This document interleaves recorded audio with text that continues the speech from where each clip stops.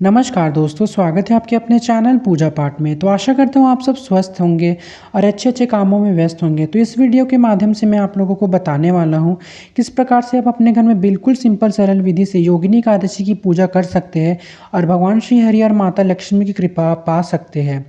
तो देखिए, इस बार एकादशी कब पड़ने वाली है, मैं आपको वीडियो के अंत में अच्छे से बता दूँगा कि आपको किस दिन फास्टिंग करना है एकादशी का। और साथ ही साथ में अगर आपके पास बिल्कुल कम से कम सामग्री में मैं ये पूजा विधि आपको बताने वाला हूँ, जो कि हर एक आदमी कर सकता है। अगर आपके घर में उतना व्यवस्था नहीं है, फिर भी आप कर सकते हैं। तो आइए पूजा विधि जानते हैं। पूजा करने के लिए सबसे पहले हमें चाहिए होगा एक आचमन, जिससे हम अपने हाथ और शुद्धिकरण करने वाले हैं। उसके बाद आप देख सकते हैं मैंने यहाँ पे चौका लिया हुआ है। अगर आपके पास चौका ना हो तो आप जहाँ पे पूजा करते हैं, जहाँ फिर आपका पूजा मंदिर है, आप उसमें भी पूजा कर सकते हैं। उसके बाद आप देख सकते हैं मैंने भगवान श्री विष्णु जी का श्री विग्रह लिया है। अगर आपके पास श्री विग्रह ना हो तो आप भगवान की तस्वीर में भी पूजा कर सकते हैं। और भगवान की पूजा में आपको पीले रंग का सालू कपड़ा अवश्य लेना है। कोशिश करें कि पीले रंग का मिल जाए आपको।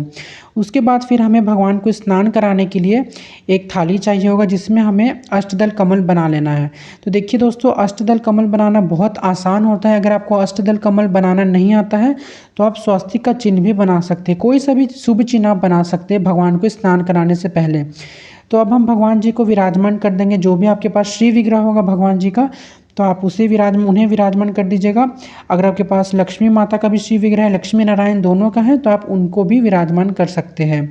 उसके बाद आप देख सकते हैं दोस्तों, मैंने यहाँ पे जल तैयार कर लिया है। तो आपको गंगा जल अवश्य रखना है अपने जल में। उसके बाद फिर हमें तुलसी दल डालना है, क्योंकि बिना तुलसी दल के तो भगवान जी स्नान ही नहीं स्वीकार करेंगे। तो इस प्रकार से हमें जल तैयार कर लेना है। जल तैयार करने के बाद अब हमें भगवान जी का करना है अभिषेक। तो हमें इन मंत्रों का जाप करना है: ओम नमो नारायणाय, ओम नमो नारायणाय, ओम नमो नारायणाय।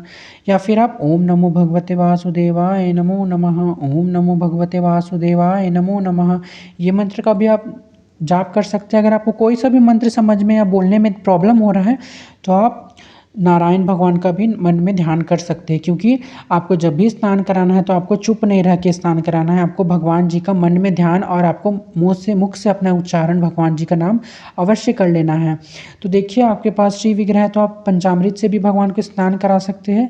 नहीं तो अगर आपके पास उतना नहीं हो पा रहा है पंचामृत, तो आप भगवान को नॉर्मल जल से भी स्नान करा सकते हैं। उसके बाद फिर हम भगवान जी को साफ़ वस्त्र से पोंछ लेंगे। आपको इस बात का ध्यान रखना है कि वस्त्र बिल्कुल साफ़ होना चाहिए, जो कि स्पेशली आप भगवान के लिए घर में रखे हों, तो वो वस्त्र से भगवान को साफ़ करके पोंछ लेना है। भगवान जी को पोंछने के बाद फिर आप देख सकते हैं मैं यहाँ पे इत्र की सेवा करने वाला हूँ भगवान को। तो आप एकादशी के दिन अवश्य भगवान श्री हरि विष्णु जी को इत्र की सेवा कर दें, क्योंकि भगवान को इत्र अत्यधिक प्रिय होता है।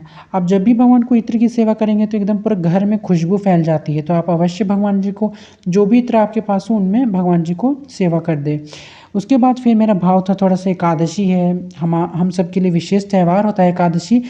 तो ठाकुर जी को भी मैंने अच्छे से यहाँ पे सजा दिया है। बिल्कुल गर्मी है तो थोड़ा गर्मी के हिसाब से मैंने सजाया है। उसके बाद फिर हम भगवान जी के लिए यहाँ पे आसन तैयार करेंगे। तो हमें इस दिन चावलों का आसन नहीं देना है, पुष्प आसन देना है। आप देख सकते हैं फिर मैंने यहाँ पे सुपारी गणपति जी को मान करके यहाँ पे विराजमान कर लिया है। उसके बाद फिर हम श्री हरि विष्णु जी के लिए यहाँ पे आसन देंगे। आसन में आपको इस बात को फिर से याद रखना है कि आपको अन्न नहीं रखना है, पुष्प रख सकते हैं या फिर तिल भी रख सकते हैं, इसमें कोई दिक्कत नहीं है। तो हम यहाँ पे भगवान जी को विराजमान कर दिए अच्छे से। भगवान श्री विष्णु जी कितने प्यारे लग रहे हैं हमारे ठाकुर जी। भगवान जी को विराजमान करने के बाद अब हमें चाहिए होगा एक थाली। तो आप कोई सा भी थाली ले सकते हैं जिसमें आप पूजा करते हैं। थाली में हम अब देंगे पुष्प का आसन। इसमें भी हमें चावलों का आसन नहीं देना है। पुष्प आसन देने के बाद फिर हमें दीपक को थाली में विराजमान कर देना है। तो आप कोशिश करें कि योगिनी एकादशी के दिन आप घृत का दीपक प्रज्वलित कर दे। तो आप अच्छे से अब देख लें अपने हिसाब से। उसके बाद फिर मैंने यहाँ पे दीपक प्रज्वलित कर दिया है अच्छे से, भगवान श्री विष्णु जी का नाम लेकर के। दीपक प्रज्वलित करने के बाद अब हमें करनी है गणपति जी की पूजा। तो सर्वप्रथम हमें गणपति जी को पुष्प स्नान करा दिया है। पुष्प स्नान कराने के बाद फिर हमें भगवान जी को अच्छे से टीका लगा देना है और मन में ओम गण गणपति नमो नमः, ओम गण गणपति नमो नमः का ध्यान अवश्य कीजिएगा। साथ ही साथ यहाँ पे मैंने वस्त्र स्वरूप कलावा अर्पित कर दिया है। अगर आपके पास श्री विग्रह होंगे गणपति जी का, तो आप भगवान जी को अच्छे से धोती इस दिन अवश्य पहना दें।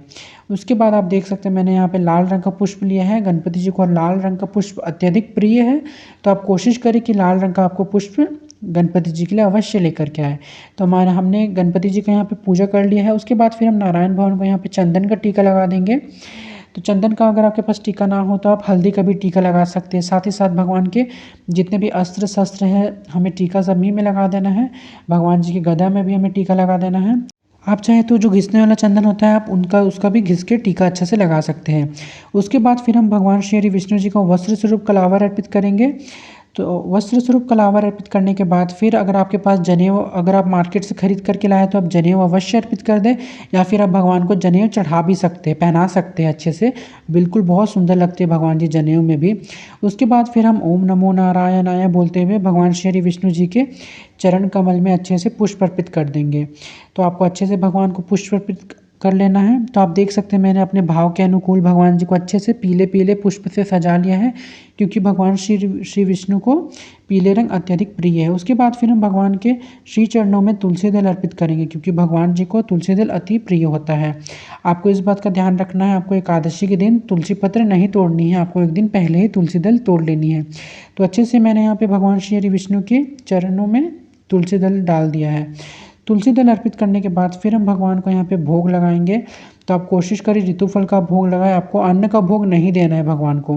तो तुलसी दल डाल के आपको अच्छे से भगवान को भोग देना है। तो कोशिश करें आम अवश्य अपने भोग में भगवान जी को दे, क्योंकि अभी सीज़न चल रहा है आम को, और भगवान जी को भी ठाकुर जी को भी आम अत्यधिक प्रिय होते हैं। भगवान जी को आम चढ़ाने के बाद फिर अब हम भगवान जी को 1 लोटा जल अर्पित कर देंगे अच्छे से। जो जल आप पीते हैं आप वही जल भगवान जी को भी अर्पित करें। बहुत लोग टंकी का भी देते हैं, तो आपको टंकी सबका जल नहीं रखना है भगवान की पूजा में। आपको भाव से साफ जल, अच्छे जल, फिल्टर का जल दे सकते हैं भगवान को। उसके बाद फिर हम सर्वप्रथम गणपति जी का ध्यान करते हुए ओम गण गणपते नमो नमः, ओम गण गणपते नमो नमः बोलते हुए हम गणपति जी को धूप दिखा देंगे। गणपति जी को धूप दिखाने के बाद अब हम नारायण भगवान को धूप दिखा देंगे।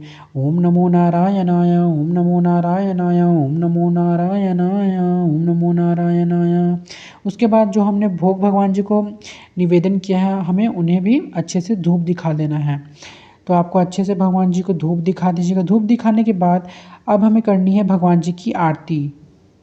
तो जो दीपक आप सबने प्रज्वलित किया था आप वो भी दीपक प्रज्वलित कर सकते हैं, नहीं तो आप पंच प्रदीप से भी भगवान की अच्छे से आरती उतार सकते हैं दोस्तों। इसमें कोई प्रॉब्लम नहीं है। तो हम नारायण भवन की अब आरती उतारेंगे। तो आप ओम जय जगदीश हरे का भी आरती गा सकते हैं इस दिन अवश्य कर से, नहीं तो आप एकादशी का जो किताब होता है उनमें भी भगवान जी की आरती अच्छे से लिखी हुई है।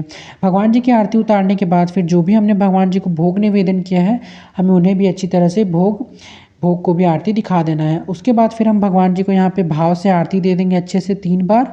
आप भी भगवान को अच्छे से आरती दे दें। अब हमारा आरती हो गया है दोस्तों। अब हम आरती दिखाने के बाद अब हमें करना है कर्पूर आरती, जो कि बहुत ज़्यादा शुभ माना जाता है। तो पूजा के अंत में आप अवश्य कर्पूर आरती करें। आप ये चीज़ ज़रूर नोटिस करेंगे, जब भी आपका कर्पूर जल के जब खत्म हो जाता है तो बिल्कुल घर में एकदम बहुत सुंदर पॉजिटिव वाइब आने लगता है, सकारात्मक ऊर्जा आने लगता है, और जितना भी मतलब इतना खुशबू फैलने लगता है घर में ना, जो कि बहुत अच्छा लगता है, भक्तिमय पूरा घर बन जाता है। तो आप अवश्य कर्पूर आरती इस दिन जरूर करें अच्छे से भगवान श्री विष्णु जी का ध्यान करते हुए। कर्पूर आरती करने के बाद फिर हमें भगवान जी को यहाँ पे अच्छे से भाव से भगवान जी को आरती दे देनी है दोस्तों। आरती दे लेंगे हम अच्छे से भगवान जी को। आरती देने के बाद फिर अब हम करना है 3 बार आचमनी। तो आपकी पूजा संपूर्ण हो जाए तो आप अवश्य 3 बार आचमनी कर दीजिएगा, तभी हमारा पूजा संपूर्ण माना जाता है। तो हमने अच्छी तरह से यहाँ पे भगवान को आचमनी कर दिया है। आचमनी करने के बाद फिर आप सब में से बहुत लोग गलती करते हैं, जो आसन होता है उसमें आप जल नहीं छोड़ते हैं। तो आपको 3 बार जल छोड़ना है और अपने मस्तिष्क पे लगाकर ओम सक्राय नमः बोलना है। अगर आप ऐसा नहीं करेंगे तो आप जो भी पूजा कर रहे हैं उनका फल इंद्र भगवान लेके चले जाते हैं। तो इस बात का आप ध्यान रखिएगा। तो लगे हाथ हम सब ये भी जानना थे कि एकादशी कब है। तो पंचांग के अनुसार आषाढ़ माह के शुक्ल पक्ष की एकादशी तिथि 21 जून सुबह 7:18 पर शुरू हो रही है, और इस तिथि का समापन 22 जून को की सुबह 4:27 पर हो जाएगी। उदया तिथि के अनुसार योगिनी एकादशी का व्रत इस साल 21 जून शनिवार को रखा जाएगा।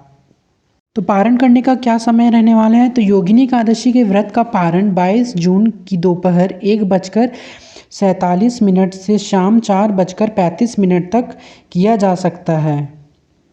तो आप सब ये एकादशी अवश्य करें क्योंकि एकादशी की अत्यधिक धार्मिक मान्यता होती है।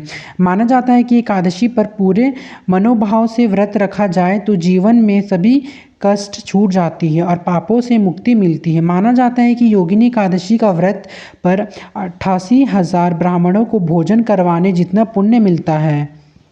ये एकादशी अवश्य अवश्य आप शुरू कर सकते हैं। अगर आप पहली बार एकादशी करना चाहते हैं तो आप ज़रूर करिए एकादशी। और साथ ही साथ में अगर आप चाहते हैं तो इस दिन गोबर के उपले का अवश्य आप हवन ज़रूर कर ले।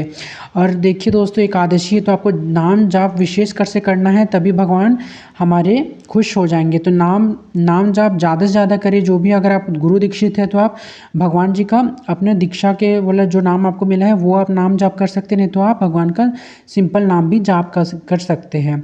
और साथ ही साथ आपको इस दिन दान पुण्य अवश्य करना है क्योंकि दान देना विशेष फल प्रदायी माना जाता है। तो आपको जो भी ज़रूरतमंद लोग हैं आपको उन लोगों की सभी की अच्छी से सहायता कर लेनी है। और इस दिन चुगली निंदा आदि किसी की भी आप लोगों को ना करें तो अच्छा रहे। और आपको इस बात का हमेशा ध्यान रखना है कि आप अन्न ग्रहण इस दिन ना करें क्योंकि बहुत बार हम कहीं बाहर चले गए तो हम अन्न ग्रहण गलती से कर लेते हैं। तो आपको इस बात का अवश्य कर से ध्यान रखना है। बिल्कुल भी इन सब चीज़ों में आपको मिस्टेक नहीं करना है, तभी भगवान की कृपा आप सब पे मिलने वाली है। तो आशा करता हूँ वीडियो अच्छा लगा होगा। वीडियो अच्छा लगा हो तो लाइक शेयर कमेंट ज़रूर कीजिएगा। धन्यवाद।